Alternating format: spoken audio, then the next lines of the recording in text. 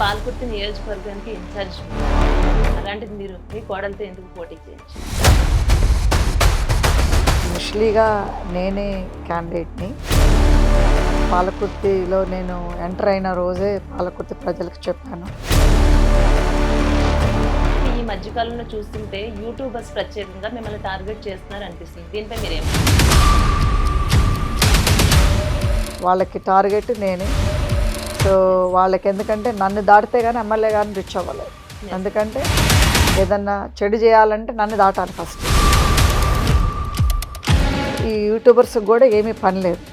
వాళ్ళకి కూడా ఏంటంటే ఒక బ్లాక్మెయిల్ ఇదైపోయింది మీడియా. సో బ్లాక్మెయిల్గా వాళ్ళు యూట్యూబర్స్ పెట్టుకొని వాళ్ళకి ఇంకేమీ లేదు, అదే పని. ఉప ఎన్నికలు రాబోతున్నాయని కేసీఆర్ అంటున్నారు. నిజంగానే ఉప ఎన్నికలు రాబోతున్నాయి అంటారు? ఆనాడు వాళ్ళకు వర్తించలేంది ఈనాడు కాంగ్రెస్ ప్రభుత్వంలోకి వచ్చిన ఎమ్మెల్యేస్కి ఎందుకు వర్తిస్తుంది? అంటే వాళ్ళకొక రూలు మాకొక రూలా? అంటే చట్టమే కదా, చట్టమే ఎవరికి చుట్టాలు కాదు కదా. సో వాళ్ళకు చుట్టాలు అయినారా మరి ఆనాడు? ఝాన్సీ రెడ్డి గారు ఏదైనా పదవి గురించి ఆశిస్తున్నారని మేము అనుకోవచ్చు. విధి ఎక్కడ తీసుకెళ్తే అటు పోతాయి. ఎందుకంటే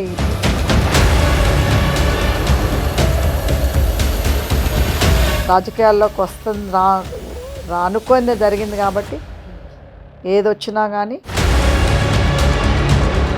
అంటే ఎక్కడో అమెరికా నుంచి వచ్చారు, పదవులు దక్కించుకున్నారు, తర్వాత అంతా తడ్డపట్ట సర్దుకుని వెళ్ళిపోతారు, ఇలాంటి మాటలు మీ చెవిని కూడా చాలా మీరు వినే ఉండొచ్చు.